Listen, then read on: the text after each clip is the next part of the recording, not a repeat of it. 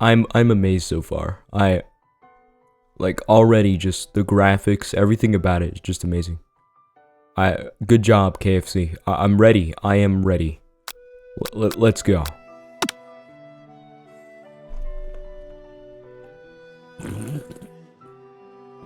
All right. Could go with something nice. This is tricky. I could just go with Beelzebub, but that'll sound dumb. Jonathan. That's not how you spell Jonathan. Jonathan. I can't spell Jonathan. Nah. We need something better.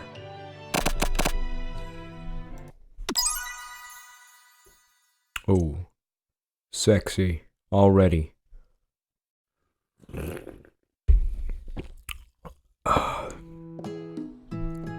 You sleep softly as the morning sun casts a warm glow through the window of your modest student apartment. The world is peaceful and serene. You could stay in the moment forever. Or you could wake up. Now. Jesus Christ, that is loud. Your first day of culinary school is no time to sleep in. Smack that clock. Up and at 'em. Alright, lying in bed, you stare at the ceiling, thinking about everything that awaits you at the prestigious University of Cooking School, Academy for Learning. Standing in the quad, you gaze upon that magnificent University of Cooking School, Academy for Learning. Here comes your lifelong best friend forever, Miriam.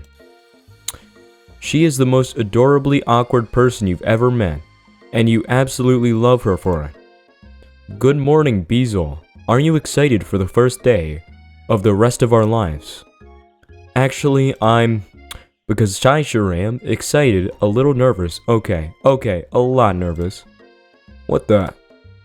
It's just that, this morning, I made a breakfast for myself, but, well, I ate it. Well, when I ate it, I couldn't taste any love in the food. What if I'm no good? What if I fail? Classic Miriam. Raised by master chef parents, she's always held herself to a very high standard. Ever since we were little babies playing together and you rescued me from that quicksand box, it's been clear to me that you're the most loving, caring person I know. You're gonna do great. Okay. But with University of Cooking School, Academy for Learners, Learning's famous 3-day only semester, I'm afraid of being left behind and never catching up. A sweet girl, Miriam has always had a flair for the dramatic. This summer she's got so nervous about her first kiss that she chipped a tooth practicing on a mannequin. Alright. Should you pep talk her or change the subject to give her some relief?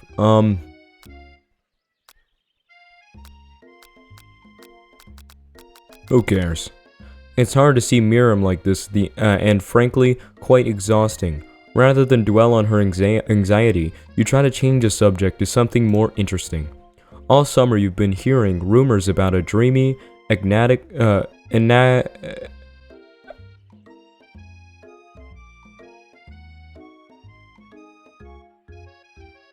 enigmatic mystery student who's enrolled at the school. Yeah, that's a little worrisome, but you'll be fine. Now what about this mystery student we read about on the school message board? Any new deets? Oh, get this. I heard his name is Harlan, and he's no ordinary student. They say he has powers. He has had them ever since he was born, from an egg. Before you can get another word out, you're rudely interrupted when someone smacks your books and custom engraved measuring spoons out of your hands and onto the ground. Hey. It's Ashley, your arch rival. She's totally evil, but you can't help but be filled with jealousy. She can get anything she wants, and she knows it. Hello, Ashley.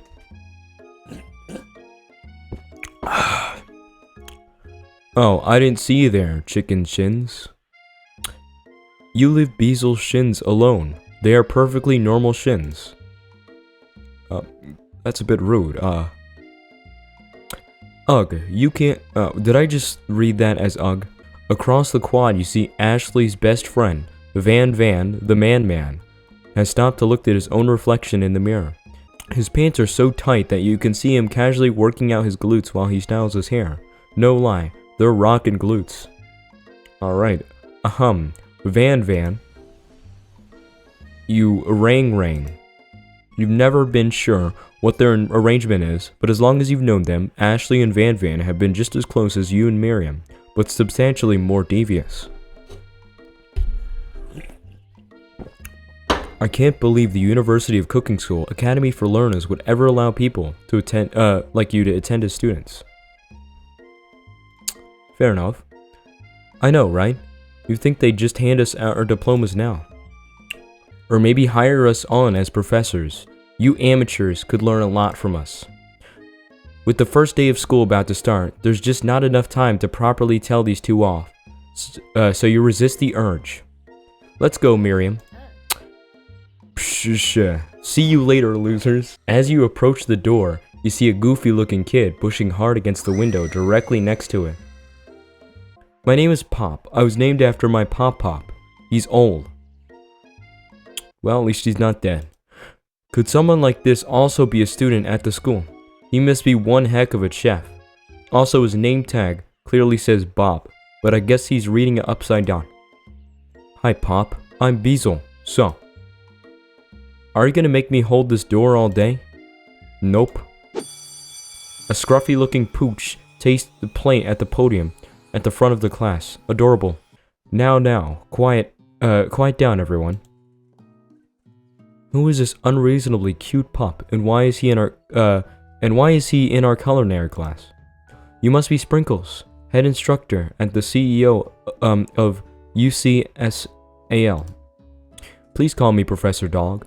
I may be cute and a little fluffy, but I still demand respect. Woof.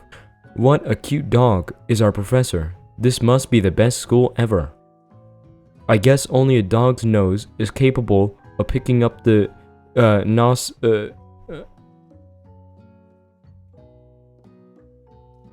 of fine dining. Okay. Out of nowhere, wind begins to rush around you as a swirl of cherry blossom petals fill the air inside of the classroom. It's chilly. Well, I'm chilly. Someone close the window. And then, he walks in. You're immediately swept up in the aura of this new student and his remarkable goatee. Who knew anyone could be so handsome? Time stands still. It's him. If it isn't my favorite student, Harlan. Colonel Sanders interrupts. Sprinkles. Sorry, Professor Dog, before he can finish his sentence. Please call me Colonel. Colonel Sanders. A hushed murmur. I don't know why I read that as husband. Foreshadowing? Anyway. A hushed murmur rolls through the classroom as Colonel Sanders walks down the aisle of desks. Suddenly, the room is sweltered. Sweat begins to bend around your brow. You feel like everyone is looking at you, and you're not entirely wrong. And over here must be sweaty Sweatsalon. Maybe we should open the window back up before faucet pits melts into a puddle and evaporates entirely. You both know my name. We were in the same kindergarten class. And what is with all of your really weird insults? You both know my name. Wait, oh, what? Okay. It's a good thing you didn't forget about that deodorant this morning. This class is hot. Okay. Professor Dog steps in to settle the class down and set some ground rules. Welcome to the University of Cooking School, Academy for Learning, the greatest culinary academy in the world. The birthplace of culinary legends past, present, and future. Many challenges await you. There will be tears. There will be blood. There might even be really adorable tiny food. And when all is said and done, there will be a battle. Oh, so this is like Chopped or something. Or Cupcake Wars. Cupcake Wars. You will lift your sporks and compete in the broom cooking arena. Just then, another student enters the classroom and interrupts the professor's rousing speech. Hi guys, sorry I'm late. I hope everyone had a good summer. I really miss... Look, now this guy should be the one that everyone respects and admires, because look at him. Wow, what a guy. I think he has arthritis. Quiet. Late to class is bad enough, but interrupting my monologue, you're on the fast track out of here, young man. Are you sure you're even in the right place? Don't you recognize this is my 3rd year in the school as you and my teacher? That was choppy. Everyone stares at him blankly. Does no one remember me? You're expelled if you utter one more word before I finish. Poor guy. Let that be a lesson, you students. That tardiness is unacceptable. Even Clank made it here on time, rolling halfway across town on his tiny wheels. You turn to see the student Sprinkles is referencing, who appears to be some sort of industrial kitchen appliance. Bzz, whir. The class burst into laughter.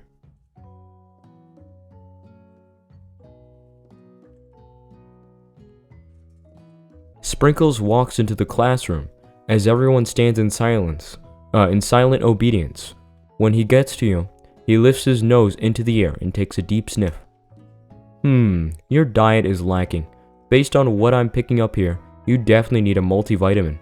You should be taking better care of yourself. You've never had a talking dog as your teacher before, but Sprinkles' reputation for being smart but tough is well known. You decide to try and butter him up by giving him a treat from your pocket. But what kind? Come on. You reach beneath your apron and return with a chicken snack in your hand. Sprinkles' eyes go wide as he locks onto it. His favorite. Well. I think there might be some competition for a new star student. The furry professor immediately devours the snack, leaving your hand slick with a coating of warm doggy drool.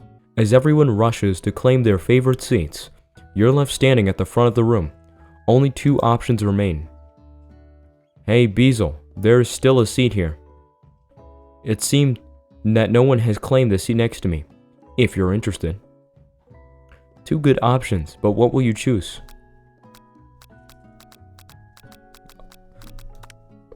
You move to take your seat by Colonel Sanders. I mean, come on. It appears he brought no books, pens, or pencils. However, his perfect upright posture shows off a seriousness that makes you confident in his desire to learn. Thank you for offering me this seat. Okay. I've only had 2 rules. Do all you can and do it the best you can. Did I read that right? Yes, I did. It's the only way you ever get that feeling of accomplishing something. That's so inspiring.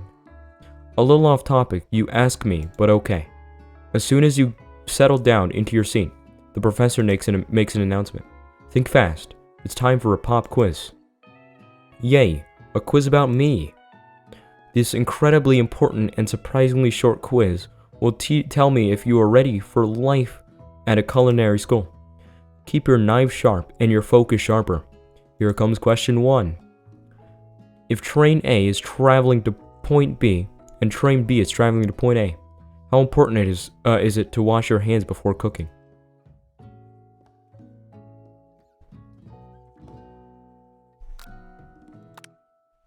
That's right. May I have your attention, students? I have an important announcement to make. Time for lunch.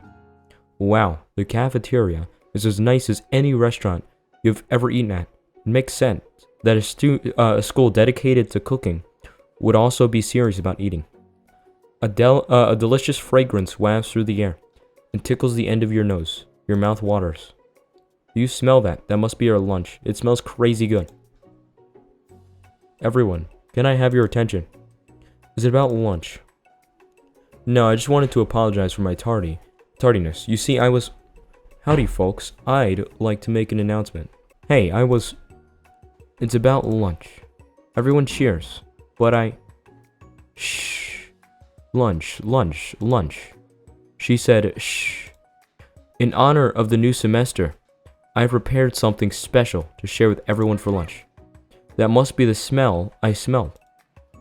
Indeed, the smell.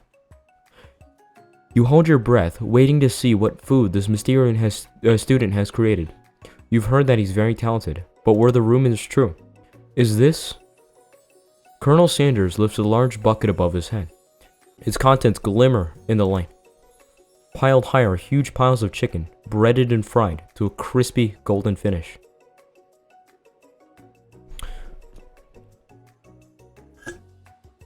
Spicy. The aroma envelops you, and you begin to feel warm and safe. Colonel Sanders has filled a bucket with chicken. What a novel concept. Your stomach begins to grumble, as if to say, stop thinking and start eating. For years, I have been developing a secret recipe for the perfect fried chicken. By my calculation, nothing less than 11 herbs and spices are required to achieve the perfect balance of flavors. You look around and notice that every other student has a pen and paper, and is scribbling notes as fast as they can. But that's all I'll say about that. What do you think we want? What do you think we want your stupid recipe, dude? Pshaw. Nah, my dude. Nah. I feel like I should be doing a, different voice for him. I don't know. Maybe. I'm just, drafting a last will and testament. That's literally the same, okay. Never mind. In case, one of those ingredients is, poison. Got him. He looks around nervously to see if anyone else is laughing at his sick burn. You wait to see what a zinger Ashley has prepared to follow up, but she suddenly takes a different approach. You know, it's just like writing in my diary. Dear diary, today I smelled something beautiful. I knew at that moment that only the hands of a true gentleman could fry chicken so tender. You see her body language change from bitter and evil to sweet and innocent as she slides closer to Colonel Sanders. She realizes that he is destined for greatness and fame with his cooking skills like this. She wants him all to herself. Oh, please. Well, Van, the man, if you don't want any, I'll take his. Whoa, hold on. I mean, guess I'll try. He takes one bite and his eyes grow wide. He starts controlling his face. He tries to hold his pure exhilaration and act unimpressed. Easy now. There's enough for everyone. Please, my fellow classmates, dig in. You take one of the pieces of fried chicken out of this bucket and sink your teeth into it. It's amazing. Testing Colonel Sanders' food transports you to another dimension. Alone with your taste buds, gripping a drumstick in your hand, you float wastelessly.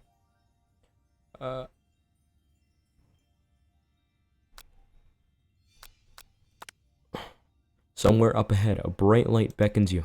The flavors are so intense, you become wrapped up in them. Unable to resist, you reach toward the light. It grabs your hand and pulls you closer, until your fingertip connects with the end of everything. You are forever lost in the land of tender fried chicken bliss. Your mind dissolves. There is no bezel now.